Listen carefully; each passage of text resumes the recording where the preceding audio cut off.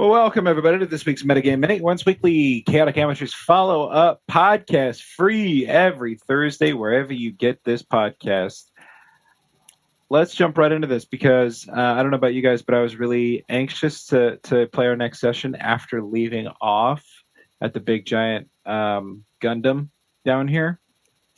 And we did that. And I don't know about you guys, but for me, it started off much more tame than I thought it was going to be. Like, I thought we were going to just be like murdering Nazi archaeologists out here, dude. Like, you know, going straight Indiana Were you Jones. thinking like Wolfenstein?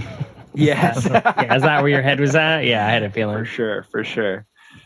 Milo, Mr. Ball, we're like right in your wheelhouse. You know, I kind of appreciated that you had some real moments where you stuck to Ball's characterization. You know, this is a war forged, this ethical, things like that.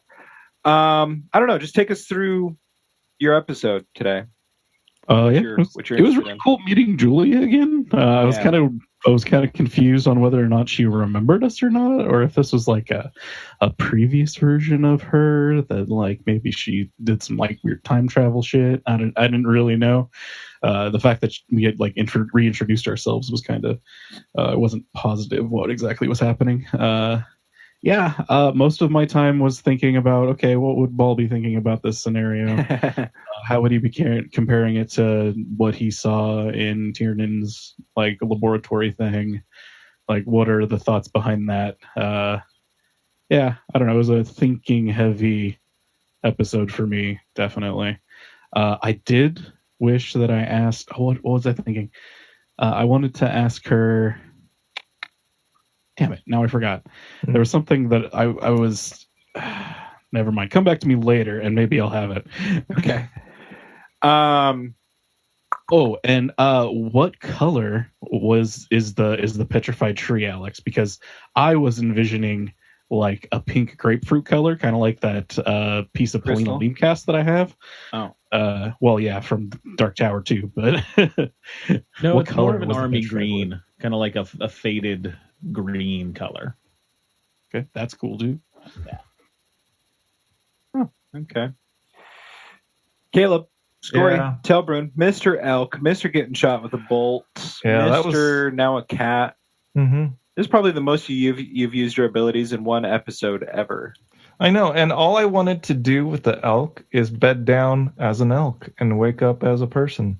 But that would have been cute. But somebody had to gaslight some poor soldier and get me murdered. Well, now he's dabbing or something. He's like, what? Yeah. But yeah, so I was excited that we had a tracking thing because got to pull out the cat. You know, you're just like an ordinary house cat. Yep. Maybe a little bit bigger, like a coon hound or whatever. Not a coon hound. And you guys are welcome. You know, Ball, minute clutch as usual. Yeah. Yeah.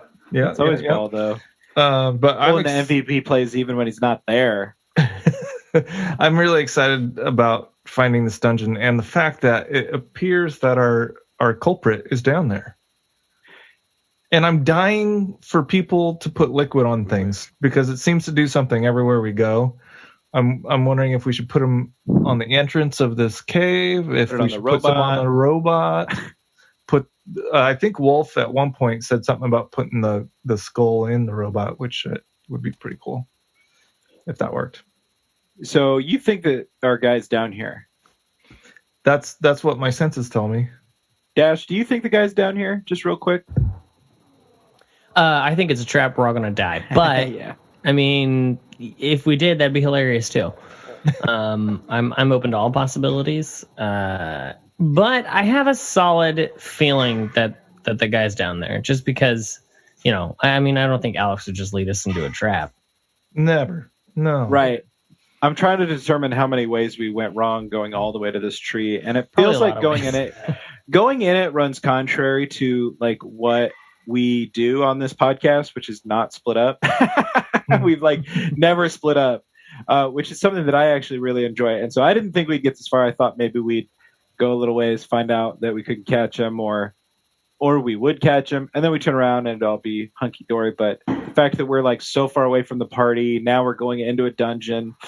I metagaming, don't think he's down there, but I'm excited to find out. Yeah, I'm excited to have some moments where Arthur can show off with you guys if we get into some shit. Maybe, I don't know if he will be able to or not, but we'll find out the hard way. Catching this. What's up? All's thought on that guy is he still has his book, and he really wants the book. So it's just like, we don't really have to go find him. He'll come find us. I think that's a really valuable point that I thought of it as soon as we left, but Arthur is not thinking that way. Like, he's just like, oh shit, a prisoner escaped. We got to get him, But yeah, anyway, just kind of excited to see what shakes out with this dungeon, and excited to maybe get the guy back and look like a hero. Yeah. Riff. Tried to pull some shenanigans with the tent. I was bummed that didn't work out. And then getting to meet Julia again, and getting to have this kind of one-on-one time with Ball. Where's Riff at with this episode? You have any favorite moments? Anything you're looking forward to? I enjoyed that she helped me with like the glyphs that I've been looking at, and which is going to aid me in figuring out probably like the alphabet more. I'm going to try to like bug her and that sort of stuff a little bit more, like look at my notes and that sort of thing before we take off, depending on if I have time. I was trying to, as innocently as like a little kid would, just because Julia doesn't really know us all that well. Like, she saw us, however, in game it was like, or like, us in real life, it was like a year and a half ago. In game, I don't know how long it's been, but she hasn't seen us for a while. And so like, she doesn't normally deal with little kids. So I think me like asking weird questions and just trying to be like a sweet, innocent little kid will pay off, hoping that she'll kind of like give me some extra stuff that like she didn't necessarily mean to, because she's like, what does this little kid know? Like jack shit or whatever. She doesn't even know you've had a birthday since last time. Yeah, either, I know. So. And I definitely didn't get her card, the fucker. Yeah, I'm excited for that. I think it's cool that it came back. I think it's interesting, her perspective on how she doesn't like the sort of mad scientist version of like, putting like really scraping the bottom of the bowl to get those fucking the resin of those Warforged going. And I was kind of like asking about the liquid stuff too, because if it was like a liquid thing, I don't know. I thought, Mr. Ball with his ability to make although I don't think I know that, but I was thinking in the moment, I was like, oh, maybe we could, not dissimilar to like what he was thinking, which was like, hey, you guys need any supplies? We could trade you for some like shit or whatever. And I was like, yeah, I don't know. I think if I'm given the opportunity and no one's around, I'm going to take my little flask of the weird liquid and I'm going to dump some of it like on one of the joints of the robot just to see what happens. That'd be cool. And I'm excited to have my private really conversation with Julia. Yeah, and definitely for really metagaming, yeah, that's kind of my thought was, like, what if we combine these two ideas, like what Tiernan is working on, what Julia is working on, and maybe see, like, what would happen. That was kind of my thought process, too. I'm wondering, though, if it's a more refined system. Like, he's, like, basically, to me, he's doing Doc Brown Back to the Future 3 chugging whiskey, and then, like, he blows out, like, the whole manifold at the back of the DeLorean type shit. Yeah. He's doing Tony Stark stuff, and he's and then someone else is doing Mr. Fusion. She seems to be more Mr. Fusion. Anyway, exactly. That's all I have. And I remembered the thing I wanted to ask Julia. Let's hear it. Whether or not she could tell how this machine got under the bouncing rock. That would be cool. Yeah, I was going to ask her that, but then you and I kind of interrupted each other, and then I forgot to do it. Dashel. You getting to use your glowing axe a little bit. You haven't used it to hurt anybody yet, have you? I mean, no, because I just got it. Yeah. So hopefully we can use it to hurt a halfling skeleton. That'd be fun. Yeah, that's what I'm hoping to do. Wolf is excited to be on a hunt. This is exciting, chasing down a bad guy. A very clear goal in mind. Hunt him down, take him out. So this is exhilarating for him. Yeah.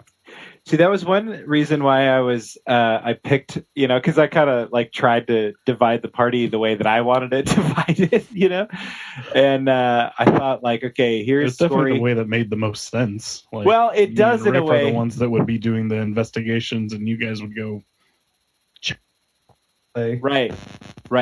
But there's more to it than that, because in a weird way, like I probably should have gone with Ball and Riff in that regard. But like, yeah.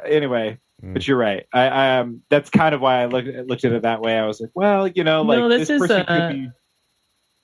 I was gonna say this is a good like hunting party though, because we're pretty well rounded. Plus we've got some Usama soldiers with us. Yeah. So we've got some upfront muscle. We've got some utility guys, some magic. So yeah. This is a solid hunting party. Considering we think we're chasing one guy, right? But we're going into a lair. Yeah. So for all we know, he could have like backup. We don't know how deep this is. We don't know the extent of it. So yeah, which is meta game. I'm like kind of excited about the idea of like a dungeon crawl. Yeah, and, we got to do a whole season of a spinoff because we're stuck in this dungeon. What I want to happen. I was gonna say real quick. It would be really funny if like Ball and Riff just move on with their lives and they just like settle down, and we come out like time moves differently in this underground thing, like it moves slower, so we come out and it's been like decades. That would be hilarious. Anyways, sorry Caleb, it's like Interstellar when they come back from the water planet and they're like, it's been 23 years. We're so old. Caleb, I was just gonna say my hope is that the guy we're chasing panicked and went in here thinking he could hide from us, and then he gets trapped and we have to save him, kind of a thing. Yeah, and then he comes back peacefully, but then he resists a little bit, and so I have Wolf kill him. You're a little mixed about it, but ultimately it's done. There's no takebacks. You spend your life wondering if you could have done more. It's a lot easier to cover something up as an accident when you're in a dungeon. Yeah, exactly. Yeah, he was crushed repeatedly under this axe-shaped booby trap. All right, Alex, anything that you want to share with us? How did the robot get under here? Metagame minute, and are we winning? Yeah, I mean, they're trying to figure out how the robot ended up there. Why it's underneath that rock is more to do with the power source of the robot. It's the thing that's causing the. Yeah.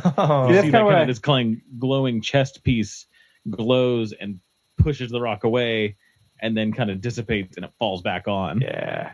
It's like Sisyphus. That's what's happening. Okay, I didn't get that. Yeah. When he described it in the chest, I thought it was like I didn't think about it as like his beating heart in a way. I don't know. Yeah, it's this odd like little hum. It goes. Yeah. The other fun thing is this dungeon is I made this dungeon on a whim like a year and a half ago, and I'm like, oh hey, y'all finally found it. This is Yggdrasil, and we're headed into That's right. Helheim. I've just spent the last 10 minutes just rereading all my notes and cursing my past self for leaving vague notes. And what do you think about having the party split? That's the last question I wanted to ask.